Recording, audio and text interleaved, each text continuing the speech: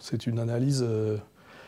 c'est vraiment un sujet très complexe parce qu'il y a comment dirais-je, il y a l'analyse immédiate, d'ailleurs qui est dangereuse, hein, parce qu'effectivement sur le coup, il y a un effet de choc terrible, et c'est ce qui fait d'ailleurs que moi j'ai essayé de m'abstenir de commenter trop vite, parce que c'est vrai qu'au départ, il y a une sensation soit de colère, soit d'abattement, et puis après il y a essayé de replacer ça dans une vision globale, et malheureusement, comme tu disais tout à l'heure, je suis désolé de faire remarquer que ça correspond, alors est-ce un hasard ou pas, en tout cas si c'est un hasard, il est spectaculaire, à mes analyses depuis des années, notamment dans Comprendre l'Empire, demain la gouvernance globale ou la révolte des nations, où je dis bien que nous sommes face à la fois à un processus mondialiste et à une crise financière globale et mondiale, que ces deux choses d'ailleurs marchent ensemble, et que dans les sociétés occidentales, nos élites oligarchiques ont choisi depuis des années déjà, en France ça peut se marquer avec la loi sur le foulard je crois de 2003,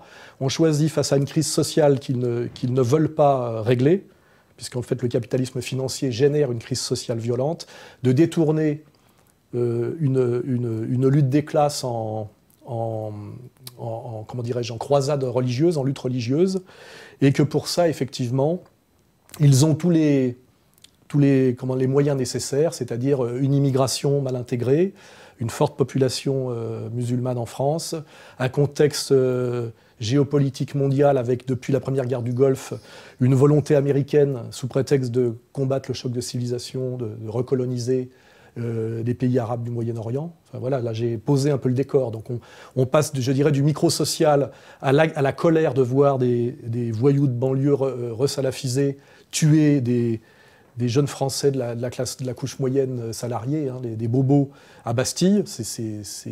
Et puis quand on prend du recul, on se dit ces événements qui ressemblent à 11 septembre à la française arrivent quelque part à point nommé et font partie quand même d'un calendrier et d'un crescendo qui nous amène à des soumissions dont on pourra parler et à des changements politiques dont on va pouvoir parler là.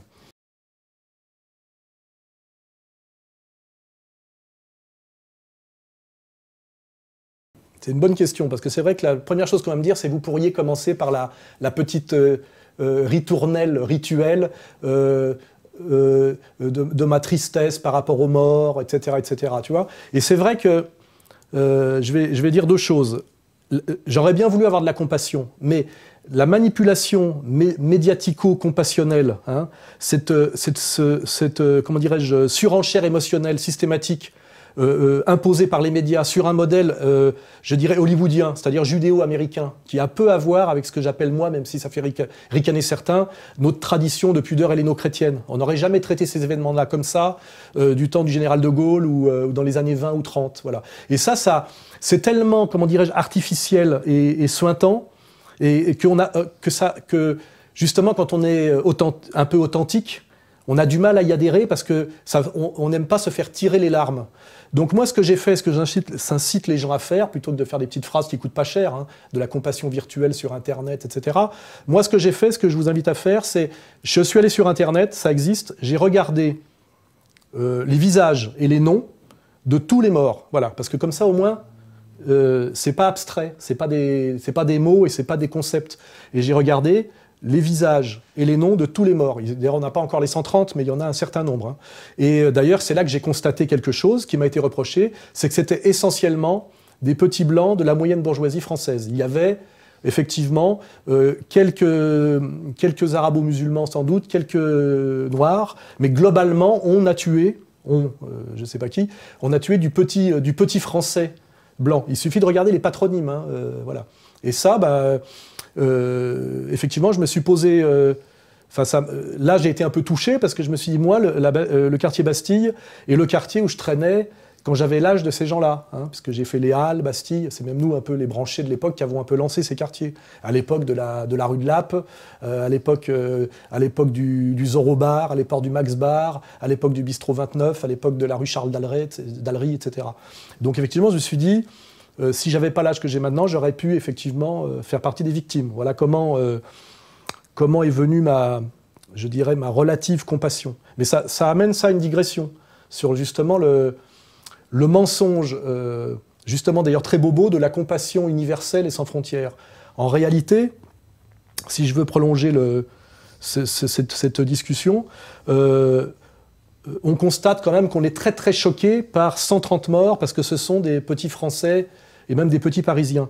Je fais remarquer que quelques jours avant, il y avait 200 Russes qui avaient été tués dans l'explosion d'un avion.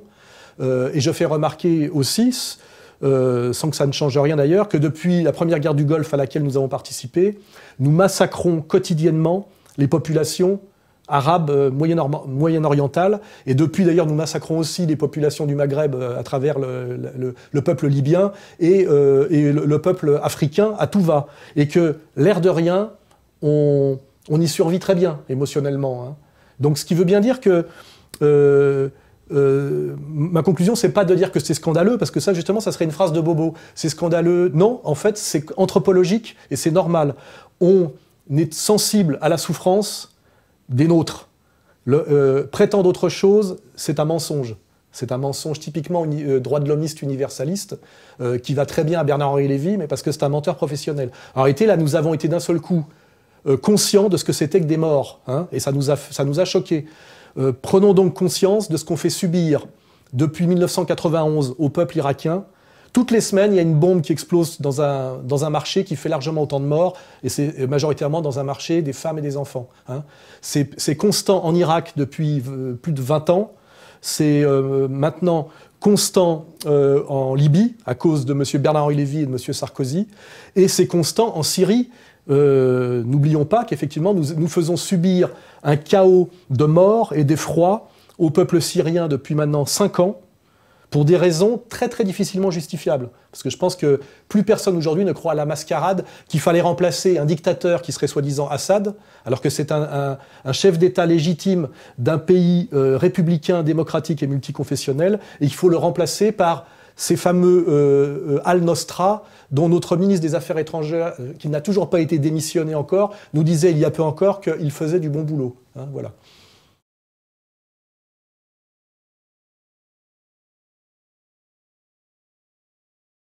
Alors moi, j'ai deux analyses là, qui se télescopent dans mon esprit. Si on fait une analyse macro, hein, c'est-à-dire haute politique, on se dit que les bobos du 11e arrondissement, hein, c'est un terme maintenant qui est très à la mode, hein, ça voulait dire bourgeois bohème, hein, c'est-à-dire c'est des libéraux libertaires, hein, c'est un concept de Kluskar au départ, sont la population, on va dire, majoritairement française de souche, de la classe moyenne, qui est traditionnellement on va dire, antiraciste et assez sensible à la cause palestinienne. Donc là, je me dis moi que si j'étais Daesh, cibler ces gens-là, ce n'est pas fait en tout cas dans l'intérêt des musulmans. Le résultat immédiat, c'est de couper les musulmans, en réalité, on va dire les Français d'origine immigrée, parce qu'on voit bien que quand on parle de musulmans en France, on parle de ceux qui sont culturellement musulmans, parce qu'ils sont issus souvent du Maghreb. Hein. Donc en fait, le résultat pratique, c'est de couper des jeunes qui ne marchaient pas dans la combine du choc de civilisation, hein, c'est-à-dire qui n'étaient pas anti-islamiques, rabiques, comme d'autres catégories sociales françaises, de les amener au racisme anti-arabe d'une certaine manière. Donc ça, c'est l'analyse, on va dire, sur s'il y a une stratégie perverse et macro, hein, du système. Après, j'ai une autre analyse, qui d'ailleurs les deux peuvent se coordonner, c'est que moi, ça me rappelle ce qui s'est passé, c'est-à-dire cette attaque de jeunes voyous de banlieue, bon, resalafisés, originaires de nos anciennes colonies, qui attaquent du petit, qui viennent bolosser. Ça me rappelle ce que moi j'ai vécu quand je traînais à Bastille, au moment où ces jeunes gens, issus du regroupement familial, ont atteint l'adolescence. Ils descendaient sur Bastille, parce qu'à l'époque, il y avait Radio Nova qui avait ses locaux rue du Faubourg Saint-Antoine, pour taper, agresser du petit blanc. Hein, c'est-à-dire c'était les racailles contre les bouffons à l'époque. Hein, on n'avait pas encore même le terme de bobo.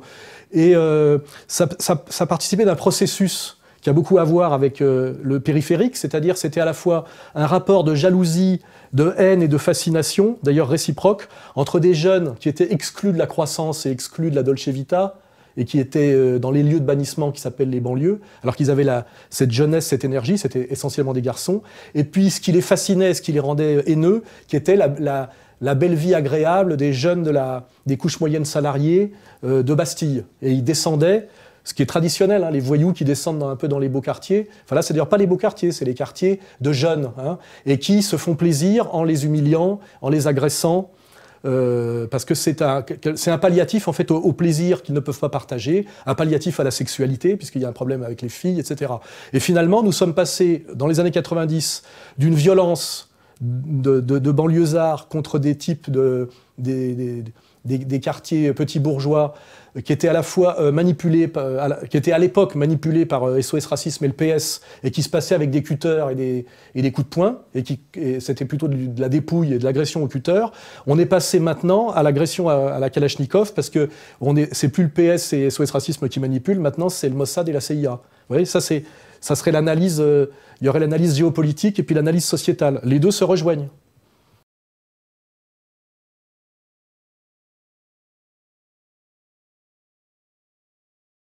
Eh ben, je constate moi-même que quand je parle de tout ça, l'islam n'est pas central. Ce qui est central, c'est une société française dans laquelle il y a une crainte et une violence symbolique et une haine réciproque entre Français de souche, qui sont d'ailleurs souvent des anciens immigrés, mais des anciens immigrés issus de populations européennes, blanches, chrétiennes, et puis des gens qui sont arrivés plus récemment, qui sont mal intégrés. Hein, on peut donner toutes les raisons. Les raisons ne sont pas des excuses, et de toute façon, je crois qu'on est sorti là de l'époque des excuses. Hein, voilà. Donc en fait, il y a une violence qui est à la fois sociale et raciale. Hein. Elle est ethnico-sociale. Et après, cette violence peut être plus ou moins utilisée, médiatisée, en dehors de son énergie propre, par des forces politiques nationales ou internationales. À l'époque, on se servait de cette crainte et de cette violence.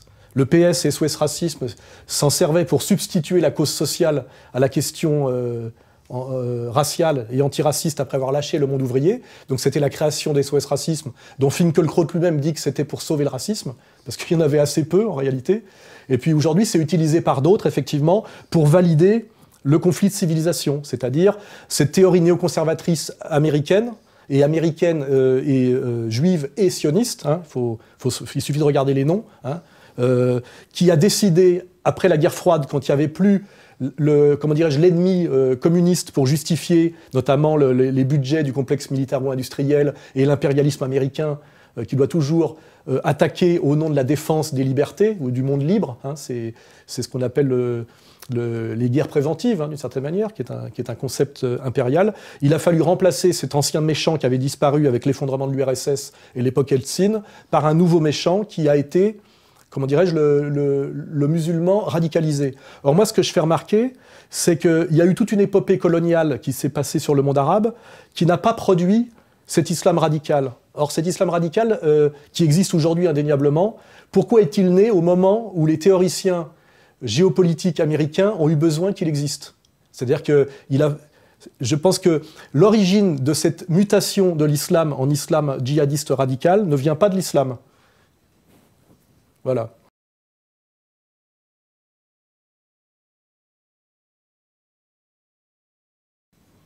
La première réponse, c'est que ce crime ne profite sûrement pas aux musulmans de France, qui aujourd'hui sont inquiets de leur avenir dans le pays. Moi, j'ai des gens qui me parlent et qui me disent j'ai peur d'aller chercher mes enfants à l'école en ce moment, il va peut-être falloir qu'on s'en aille. Donc le crime ne profite pas aux musulmans de France, c'est une évidence. Ça les met sur la sellette, bien évidemment. J'ai d'ailleurs vu des vidéos dégueulasses où on voit un vieux musulman avec un bouquet de fleurs qui vient honorer la mort d'un des morts du Bataclan, qui était un musicien de musique classique, et il se fait prendre à partie par des jeunes cons de bobos à vélo qui, la semaine d'avant, seraient venus me traiter de nazi et de fasciste, hein, mais qui, là, parce qu'il s'est passé ce qui s'est passé, se permettent de demander des comptes à des vieux travailleurs musulmans français de 65 ans, en leur demandant des comptes sur leur islam.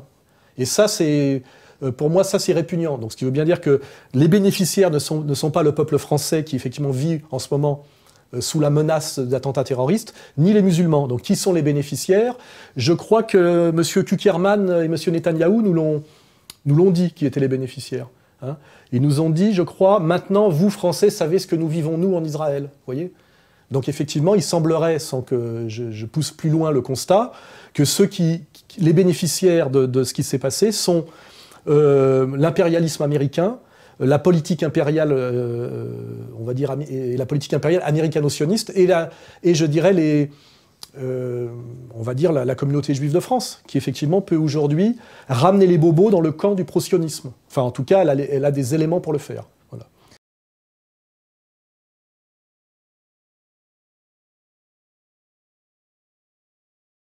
Oui, c'est une bonne remarque. On n'a jamais réussi à vendre un Rafale depuis 20 ans, je crois.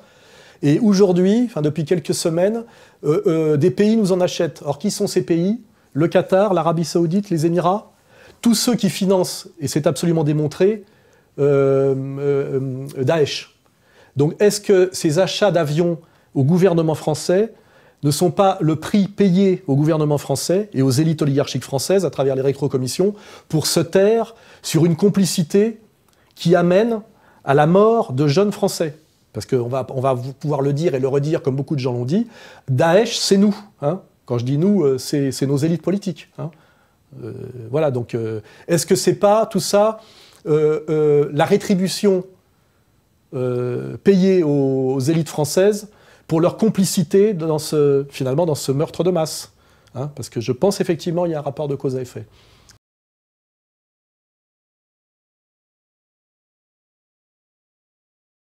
Il y a de plus en plus de morts, hein, et puis avant c'était des morts dont on pouvait justifier la mort, enfin justifier entre parenthèses parce qu'ils avaient critiqué le prophète à travers des caricatures, et là on est dans des innocents complets. Donc on dirait qu'il y a un crescendo pour au début cibler, comment dirais-je, un noyau dur où il y a un peu de sens, et après on étend à tout le monde. C'est-à-dire on universalise la menace djihadique. Donc on voit bien que ça peut correspondre soit un calendrier de Daesh lui-même, soit un calendrier de ceux qui manipulent Daesh et qui ont intérêt à créer en France une psychose par rapport aux musulmans. Et on voit que tous les médias font tout pour ça. C'est-à-dire qu'au lieu de gérer, de communiquer à minima au niveau des médias pour pas créer de psychose, et par contre que les forces de police, les services et l'armée fassent le boulot, comme font les Russes en Russie. Parce que les Russes, ils ont pas 5 millions de musulmans, ils en ont 20 millions. Hein. Ils font pas comme ça, eux. Ils y vont doucement sur le commentaire médiatique, mais par contre, derrière, ils font le travail. Hein, c'est-à-dire qu'ils éliminent physiquement des membres clés des réseaux dont ils connaissent l'existence par les infiltrations et les services, comme nous connaissons également l'existence de ces réseaux par les infiltrations et nos services qui sont compétents au niveau de l'analyse. Après, le problème, c'est s'il n'y a pas les ordres donnés par le pouvoir pour agir, ils sont bloqués. Ça serait intéressant de demander au juge Trividic, par exemple, de le pousser à dire jusqu'au bout tout ce qu'il sait. Parce que visiblement, déjà, il en dit pas mal, et on voit qu'il en a gros sur la patate, mais je pense qu'il pourrait en dire beaucoup plus sur la responsabilité, je dirais, de l'État profond, sur ce qui se passe en ce moment-là.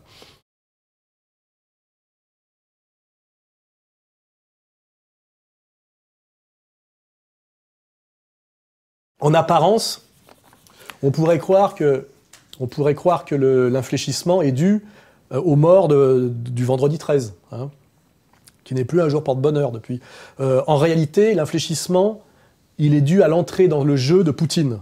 En fait, Poutine est maintenant, enfin je veux dire, la Russie de Poutine est maintenant sur le terrain dans un combat concret contre Daesh, et ont les moyens de témoigner à la face du monde que l'État français fait semblant de combattre Daesh depuis 2 ans déjà, hein. Et non seulement fait semblant de le combattre, mais en fait fait partie des puissances, avec l'Angleterre, Israël, la Turquie, bon, la Jordanie aux ordres, les États-Unis, et au niveau de l'idéologie et des finances, l'Arabie Saoudite, le Qatar et inversement, on fait partie de la coalition pro-Daesh. Et alors aujourd'hui, on fait semblant de bouger, parce que d'abord, il faut répondre à une colère populaire, parce que ça commence à devenir gênant de savoir que finalement nos jeunes sont morts à cause des choix politiques français, surtout des choix qui ne se justifient je dirais par rien qui correspond aux intérêts supérieurs de la France. La Syrie ne nous a jamais rien fait. La Syrie pourrait juste reprocher qu'elle a été un protectorat français comme le Liban à une époque, mais ils ne nous ont jamais rien fait et ils ne nous posent aucun problème. Pourquoi mettre autant d'énergie à vouloir changer le régime politique de la Syrie? C'est une vraie question. Non seulement d'abord, pourquoi on aurait mandat à décider de quel régime dans quel pays lointain, c'est déjà absurde, mais en plus, ça ne se justifie pas du tout quand on voit les alternatives. Enfin, l'alternative, hein, c'est Daesh ou Bachar el-Assad, on a compris. Donc, je crois que le problème est là, c'est que dès lors que Poutine est rentré dans le jeu, le mensonge français et le mensonge, on va dire, impérial, ne peut être révélé. Comme exactement comme quand Poutine s'énerve, il dit « je vais m'intéresser à la mission Apollo 9 » ou « je vais ouvrir les archives de la libération des camps qui étaient à l'Est et qui ont été libérés, je le rappelle, par l'armée russe, hein, pas par l'armée américaine. » Vous voyez ? En fait, ce qui fait bouger les choses, c'est Poutine, c'est pas les 130 morts, là.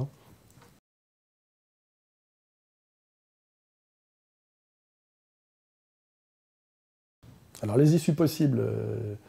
quand on regarde les réactions immédiates, bon, c'est beaucoup du virtuel et de l'Internet, y a des gens qui sont aujourd'hui, qui appellent à la guerre civile. Hein. C'est-à-dire, nous sommes en guerre, les musulmans nous ont déclaré la guerre, il y a des musulmans en France, il va falloir faire la guerre pour les chasser. Il y a plein de jeunes, je ne vais pas dire des jeunes cons, mais des jeunes énervés qui pensent que c'est la solution. Alors évidemment, ça, j'en appelle aux militaires, aux gens sérieux et aux gens qui ont un certain âge, pour bien leur expliquer que la guerre civile, on sait quand on la commence, on ne sait pas quand on la finit, et puis surtout que ce n'est pas un jeu vidéo. Donc c'est évident que ce n'est pas ça la bonne option, mais par contre, effectivement, beaucoup de gens sont amenés sur ce terrain, notamment par la manière dont les médias réagissent, et puis la manière dont même le président réagit en disant qu'on est en guerre. Si on est en guerre, il faut qu'il nous dise contre qui ? Contre les musulmans, contre les banlieues ?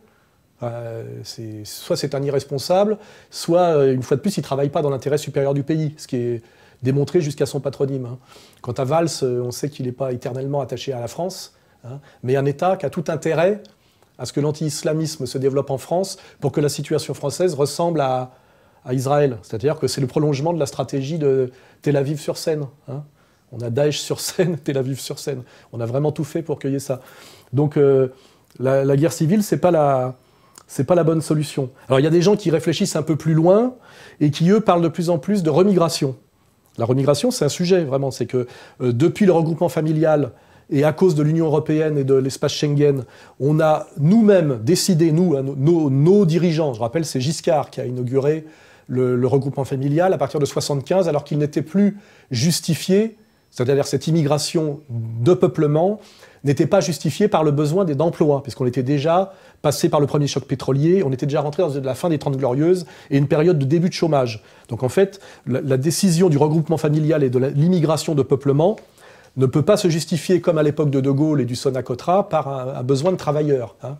Ça se situe ailleurs, au niveau des loges, au niveau de l'idéologie du métissage, au niveau de peut-être qu'aujourd'hui de ce que certains appellent le grand remplacement, que je trouvais excessif il y a quelque temps, mais avec les migrants qu'on a vus déferler par la Turquie, ça finit par avoir une certaine crédibilité. Donc aujourd'hui, effectivement, il y a des gens qui parlent de remigration. C'est-à-dire il y a eu une volonté d'immigration de la France par ses dirigeants pendant des années et des années. Aujourd'hui, le pays est saturé. La cohabitation se passe mal pour des raisons ethnico-religieuses, et il faudrait les faire repartir dans l'autre sens. C'est d'ailleurs la thèse aujourd'hui d'un type comme Philippe Val, hein, qui est passé de « immigrer, tu es chez toi » à « maintenant, il faut les virer », et surtout, il faut les virer parce que la question sociale n'a rien à voir. Le mec, maintenant, il est passé d'une position libertaire d'extrême gauche à une position d'extrême droite. C'est-à-dire le social n'est pas la cause. C'est une cause purement ethnico-religieuse, c'est-à-dire même, il pourrait aller jusqu'au bout et dire raciale. Hein. Donc c'est intéressant de voir comment une certaine gauche a basculé à droite et comment aujourd'hui il y a un consensus pour l'idée de la remigration. Le problème, c'est que pour faire la remigration, imaginons ce que ça implique politiquement. En plus je dis policièrement, ça veut dire qu'on décide à un moment donné de retirer la nationalité française à des gens qui sont nés ici et de les ramener dans des pays dont ils ne sont plus les ressortissants. C'est-à-dire que ça exigerait non seulement une révolution nationale dure en France, mais une révolution nationale dure européenne, avec en plus les accords des pays d'origine. Donc là, on est dans de la politique fiction avec un niveau de violence très grand. Donc c'est une discussion intéressante, la remigration, mais dans l'immédiat, et même dans le monde tel qu'il est, ça ne peut rester qu'une discussion. Hein. Même si, par contre, la remigration au niveau individuel a un sens. Il y a des gens aujourd'hui qui me disent « Moi, je vais retourner dans mon pays d'origine, je me sens de plus en plus mal en France. Mes perspectives sociales sont bouchées, et en plus, je me sens maintenant comme quelqu'un qui n'est pas le bienvenu ici, qui est soupçonné, etc., et qui ne peut pas pratiquer sereinement sa religion, qui est l'islam. Donc quand un type ne trouve pas de travail et qu'on lui dit qu'on va fermer ou brûler sa mosquée, et que ça peut être ce qui se passe demain, parce que ça risque d'arriver demain, hein, ce genre de choses, on peut comprendre effectivement qu'il y ait une remigration volontaire. Et ça, à la limite, ça peut être effectivement une solution, mais je ne pense qu'elle n'est raisonnable et acceptable que si c'est une solution, on va dire, individuelle ou familiale. Voilà.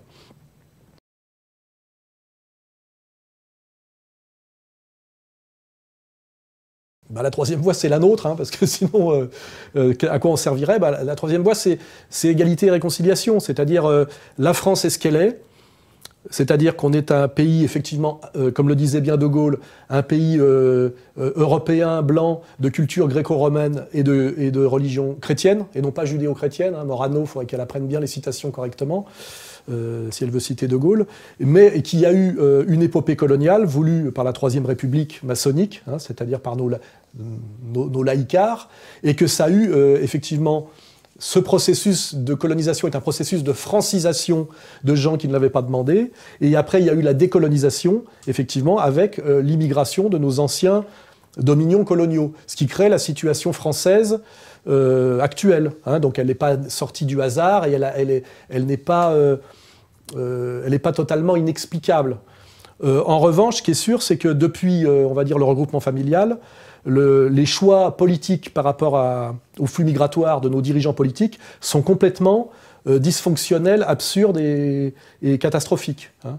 Voilà, donc compte tenu de cette analyse, il va falloir travailler d'arrache-pied à quelque chose dont parle beaucoup Zemmour, mais sans aller jusqu'au bout, c'est-à-dire renouer avec l'assimilation, c'est-à-dire arriver à faire des Français d'origine immigrée et de confession musulmane qui sont sur notre territoire, arriver à en faire coûte que coûte des bons Français, c'est-à-dire que des gens qui aiment leur pays, c'est-à-dire qui aiment la France. Or, là, il y a tout un tas de choses à faire, c'est-à-dire que, comme je le dis, si ces jeunes gens, ces jeunes personnes n'aiment pas la France, c'est qu'ils ont des tas de raisons de ne pas l'aimer. Et je ne pense pas que ce soit à cause de l'épopée coloniale, comment dirais-je, de la prise de la Smala d'Abdelkader. C'est à cause du fait qu'aujourd'hui, on va assimiler ces gens à la France de qui? À la France de François Hollande, de Manuel Valls, de Bernard-Henri Lévy, de Jacques Attali? Non. Si c'était la France de De Gaulle, d'Éric Tabarly, de Bayard, de Duguay-Clin, de Saint-Louis, je pense que ça serait plus facile, même pour des musulmans. Hein. Donc il y a un vrai problème aujourd'hui, c'est que si on veut sauver la France en assimilant les populations qui ont du mal à s'assimiler pour des raisons qu'on vient de dire, il va falloir déjà commencer par dégager les élites illégitimes qui parlent au nom de la France. Hein. C'est-à-dire qu'il va falloir chasser par le processus électoral, parce que c'est quand même le moyen le moins violent, tous les gens aujourd'hui qui parlent en notre nom et qui prétendent gérer une crise qu'ils ont créée de A à Z depuis 1975, que ce soit la gauche ou la droite. Les seuls qui ne sont pas pris dans le truc sont en tant que tiers exclu, le Front National, puisqu'ils n'ont jamais été aux affaires. Hein, voilà. Donc, égalité, réconciliation, oui, à condition de relancer l'assimilation. Hein, on n'est pas un pays, comment dirais-je, comme le dit un pays multiracial, c'est un pays multiraciste. À un moment donné, c'est tous français, c'est tous aimant la France, mais il faut que cette France soit aimable. Or, cette France est détestable pour des tas de jeunes des banlieues, et pour les bobos de Bastille, elle n'est pas aimable non plus. Il y en a qui la détestent d'un côté, et de l'autre côté, ils ont du mal à l'aimer. Parce qu'effectivement, il n'y a pas de modèle identificatoire fort. Quelle raison aurais-je, moi, si j'avais 20 ans, d'aimer la France de François Hollande, de Manuel Valls et de Hanouna, et même de Benzema, hein, attention, hein, qu'on ne pense pas que je cible particulièrement. Cette France-là n'est pas aimable. Hein, elle n'est pas respectable. Et d'ailleurs, elle n'est plus respectée, notamment par sa politique étrangère, par le grotesque de ses élites, par les écrivains qu'on monte au pinacle en France, comme des Christine Angot ou des choses comme ça. On a perdu totalement notre prestige. Hein. On a perdu totalement notre respectabilité. Et donc, notre jeunesse, qu'elle soit de souche ou d'origine immigrée, n'aime pas ce pays. Alors, les deux souches n'arrivent plus à l'aimer, et ceux qui avaient déjà un contentieux colonial la détestent. Voilà. Donc, égalité et réconciliation, mais je veux dire... il va falloir que ce soit une main tendue, mais ferme. Hein.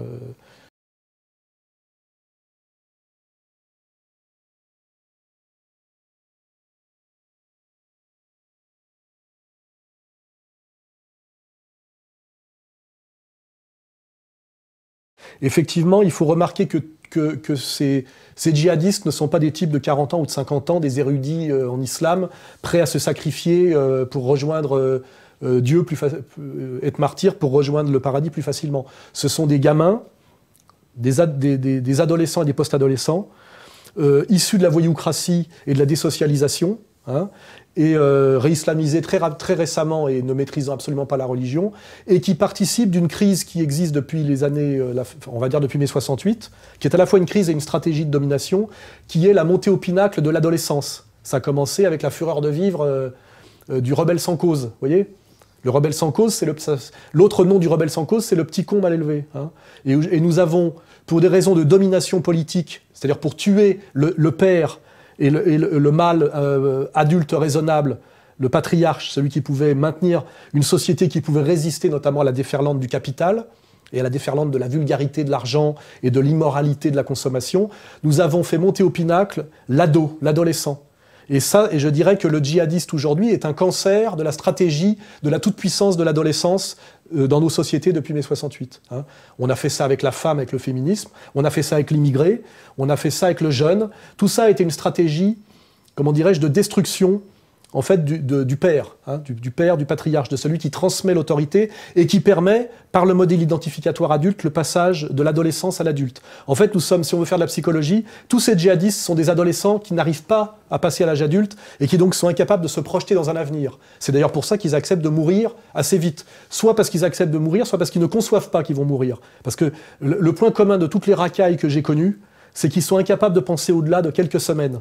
Ils prennent la maille rapidement, ils font le braco rapidement, et ils ne se voient pas en tôle, ils ne se voient pas morts, vous voyez ? Et je pense que ces djihadistes-là, quand on regarde, il y en a un des deux qui demandait à être payé la veille, et qui s'engueulait sur le paiement. Quand tu veux mourir pour Dieu, tu n'es pas en train de discuter pognon la veille. Hein. Mais par contre, ça veut dire que le type, il pensait à son pognon. Je pense que c'est la même chose d'ailleurs pour Koulibaly et les Kouachi, sans comprendre qu'ils vont mourir demain. Et ça, c'est typiquement l'ado incapable de se projeter dans l'âge adulte qui est l'avenir, qui est l'idée de de construire quelque chose, prendre une femme, fonder une famille, faire des enfants et être capable de les faire vivre par un travail, ce qui veut dire se projeter sur des années, quitte même à dire à un moment donné qu'on va s'acheter une maison, etc., etc. On est vraiment là aussi, il faut le rappeler, et n'a toujours rien à voir avec l'islam, avec une crise extrême de la stratégie adolescente du capitalisme dégénéré. C'est un sujet sur lequel il faudra travailler parce que beaucoup de gens passent à côté. Toute cette histoire, c'est une histoire de jeunes, hein, et de jeunes cons, jeunes inconscients et jeunes branleurs du côté des bobos, et jeunes hystériquement violents du côté des racailles. Or, l'hyperviolence est un truc d'adolescent, il faut le savoir. Les gens qu'on envoie au front dans les guerres, ils ont 19 ans. Les gens qui sont prêts à mourir pour montrer qu'ils sont des hommes et qui sont pleins de testostérone et de violence et qui font des bagarres, c'est des jeunes. Il n'y a pas de bagarre collective de type de 50 ans ou de 45 ans. Les bastonneurs, ils ont 20 ans. Et là, on est quand même dans la manipulation de jeunes adultes n'arrivant pas à devenir adultes et ayant une énergie qui n'arrive pas à se projeter dans la sublimation de la construction du projet et qui sort d'eux comme un jet de violence.